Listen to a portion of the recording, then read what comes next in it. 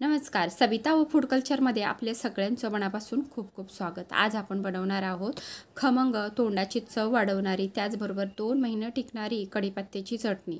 तर ही चटणी आजकाल घरोघरी बनवली जाते। म्हणजे कढीपत्त्याचे अनगिनत असे फायदे आहेत केसांसाठी, डोळ्यांसाठी, रक्तशुद्धी करण्यासाठी सुद्धा कढीपत्त्याचा वापर केला जातो। तर आपण असे हा कढीपत्त्याची चटणी आज बनवणार आहोत। तर चला रेसिपीला आपण सुरुवात करूया। तर त्याच्याकरता आपण इथे एक पॅन ठेवला आहे गरम करायला आणि त्याच्यामध्ये आपण एक छोटी वाटी शेंगदाणे घ्यायचे आहेत।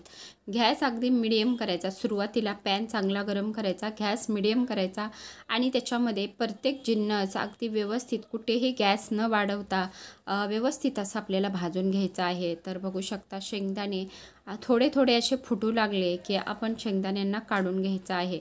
शेंगदाणा अगदी आतपर्यंत मस्त खमंग असा भाजून घ्यायचा आहे आणि ह्या चटणीमध्ये आपण जास्त कढीपत्ता वापरायचा आहे। तर बघू शकता आता छान असे तडतडले आहेत शेंगदाणे, आपण काढून घेऊया। आणि आपल्याला आता 2 टेबलस्पून पांढरे तीळ, तर इथं बिना पॉलिशचे 2 चमचे तीळ घेतले आहेत, म्हणजे 2 टेबलस्पून। तर तिळामुळे ह्या चटणीला अतिशय खमंगपणा येतो। मस्त मंद गॅसवर आपण तीळ भाजून घ्यायचे, चांगले तडतड उडू लागले की आपण तीळ काढून घ्यायचे आणि त्याच पॅनमध्ये आपण 1 चमचा जिरं भाजायचं आहे। तर जिऱ्याला पण चांगला खमंग वास येऊ लागला की जिरं आपण काढून घ्यायचं आहे। जिऱ्याला जास्त भाजायचं नाही आहे। जिरं तुम्हाला चटणीमध्ये जास्त आवडत असेल तर तुम्ही आणखी थोडंसं घेऊ शकता, पण जिरं एवढ्या प्रमाणात ठीक आहे। आता जिरं काढलं आहे, आपण आता त्याच पॅनमध्ये 2 चमचे म्हणजे 2 टेबलस्पून चण्याची डाळ घेतली आहे। इथं तुम्ही उडदाची डाळ पण घेऊ शकता, त्याच्यामुळे पण चटणी अतिशय खमंग होते। तर चण्याची डाळ कोरडी न भाजता अगदी चमचाभर तेल घालायचं आणि तिला आपण व्यवस्थित असं सोनेरी रंग येईपर्यंत भाजून घेऊया। आणि सतत आपल्याला ह्या डाळीला असं परतत राहायचं आहे, नाहीतर डाळ खाली लागू शकते, म्हणजे खालून करपेल आणि वरून तशीच राहील। आता डाळ आपण काढून घेतली की त्याच्यामध्ये चांगल्या 10-12 लसूण पाकळ्या आपण थोड्याशा तेलावरती परतवायच्या आहेत। थोडा परतत आला की आपण त्याच्यामध्येच अर्धी वाटी सुक्या खोबऱ्याचा कीस घालायचा आहे। तर हा कीस थोडासा माझा पहिलाच भाजलेला होता, तरी मी थोडासा भाजून घेत आहे। नेहमी असा खोबऱ्याचा कीस मी घरामध्ये थोडासा भाजून ठेवत असते, आयत्या वेळेस भाजीमध्ये घालायला पटकन बरं पडतं त्याच्यामुळे।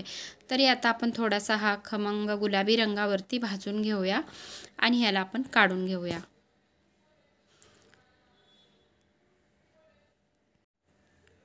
आणि अगदी शेवटी आपण ह्याच्यामध्ये कढीपत्ता भाजायचा आहे। तर कढीपत्ता भाजताना कोरडा न भाजता तो पण थोड्याशा तेलावरती भाजायचा, चांगला खळखळ आवाज येईपर्यंत कढीपत्त्याला पण भाजून घ्यायचा आहे।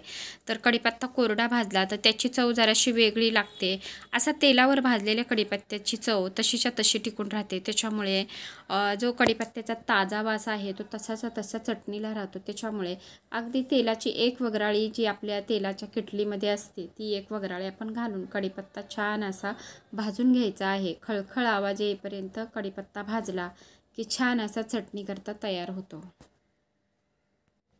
तर अशा पद्धतीनं सर्व जिन्नस आपण इथे व्यवस्थित असं भाजून थंड करून घेतला आहे।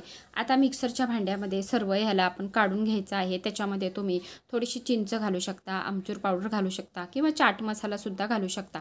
तुम्हाला आवडत असेल तर तुम्ही ह्या वस्तू घालू शकता। थोडीशी आंबट तिखट चवीसाठी तुम्ही ह्या वस्तू घालायच्या आहेत।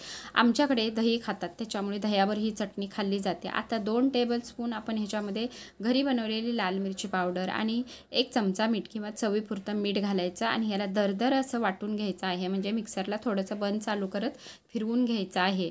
आणि 2 बॅचमध्ये आता हे मिश्रण माझं व्यवस्थित बारीक होत नव्हतं, त्याच्यामुळे 2 बॅचमध्ये हे मिश्रण मी व्यवस्थित असं बारीक करून घेतलं आहे।